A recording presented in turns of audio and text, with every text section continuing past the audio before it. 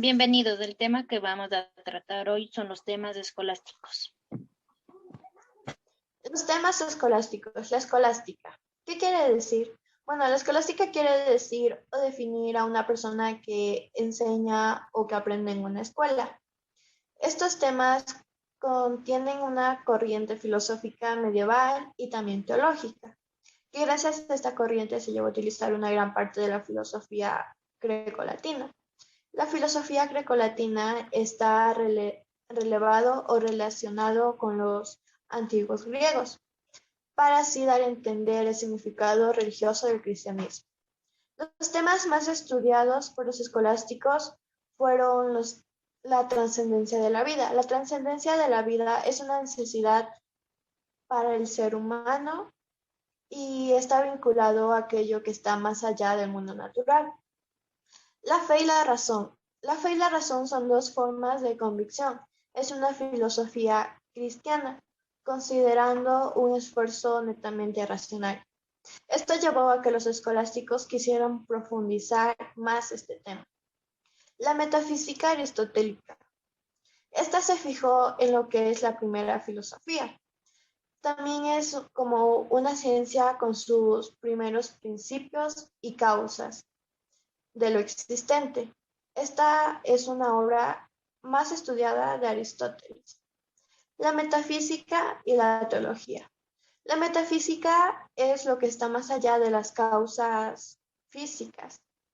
La teología quiere decir estudio de Dios. Es una ciencia sobre la existencia y atributos como con todo el mundo.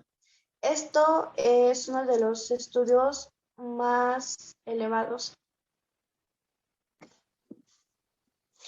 Periodos y orientaciones. Siglo VII, siglo XI. La escolástica fue la corriente teológica y filosófica predominante del pensamiento medieval tras la patrística de la antigüedad.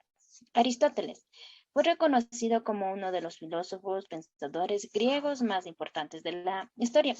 Fue pensador muy influyente que realizó importantes aportes en diversas áreas de conocimiento, especialmente en la filosofía, la ciencia y la lógica. Principales obras fueron la filosofía primera, la metafísica, la lógica, la ética, la filosofía política, la física, la generación espontánea, las artes, la belleza, el alma y la retórica, entre otras obras más. La ciencia medieval es la ciencia que desarrolló en ese periodo dorado de la filosofía escolástica.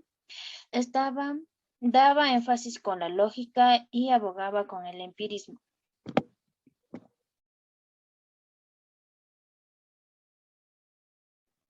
Siglo XIII, siglo XIV. Antes que nada tenemos que saber qué significa el siglo XIII.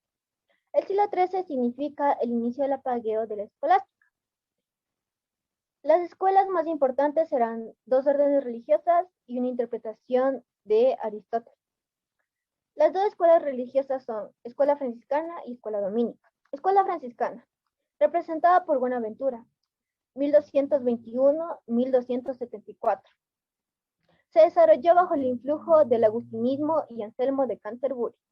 Escuela dominica, representada por Alberto Magno y Tomás de Aquino. Se centra en el aristotelismo. ¿Cuál fue la interpretación de Aristóteles? La interpretación de Aristóteles fue el averroísmo latino. ¿En qué se basa el averroísmo latino? El averroísmo latino se basa en el aristotelismo transmitido por Averroes. También sostiene que la verdad revelada y la verdad filosófica son una sola, pero la primera va dirigida a la instrucción moral y la segunda a la razón. Ahora vamos con el siglo XIV. ¿Qué sucedió en el siglo XIV? La decadencia de la escolástica empezó en el siglo XIV con la filosofía de Guillermo de Ockham, que desvalorizaba la metafísica y el retorno del misticismo. De esta manera, la atmósfera escolástica en el siglo XIV y XV se va degradando y desviando. Ahora vamos con dos personajes importantes en estos siglos, como es Juan Duns Scoto, 1266-1308. Su pensamiento llegó a superar en importancia a Buenaventura y Agustín en las escuelas franciscanas. Y el segundo fue Guillermo de Ockham, 1290-1350. Franciscano que negó el valor del conocimiento universal conceptual y llegó a una desvalorización de la metafísica. Tomás de Aquino. ¿Quién fue Tomás de Aquino? Tomás de Aquino fue un fraile, un teólogo y un filósofo cristiano.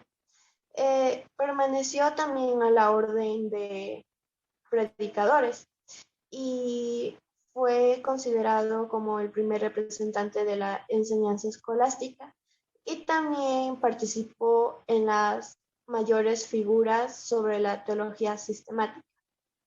La Iglesia Católica lo nombraba como doctor común, doctor de la humanidad o doctor angélico. Y también fue el primer defensor de la teología natural, la persona humana y el conocimiento.